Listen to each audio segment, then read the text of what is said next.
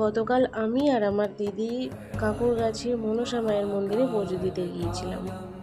অনেক লম্বা লাইন, অনেকক্ষণ, প্রায় 2.5-3 ঘন্টা লাইনে দাঁড়িয়ে তারপরে পুজো দিতে পেরেছিলাম।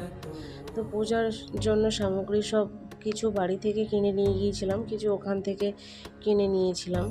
তারপরে দীর্ঘক্ষণ লাইনে দাঁড়িয়ে থাকার পর তারপরে আবার ভিতরে গিয়েও, আবার মন্দিরের ভিতরে গিয়েও আবার ওখানেও লাইন দিতে হয়েছে।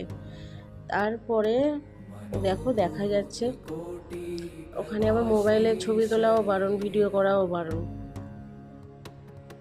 ওই চুরি করে একটু লুকিয়ে লুকিয়ে তুলতে পেরেছিলাম। তারপরে পুজো দেওয়ার পরে পাশেই একটা হোটেলে, রেস্টুরেন্টে আমি আর আমার দিদি একটু খেয়েছিলাম।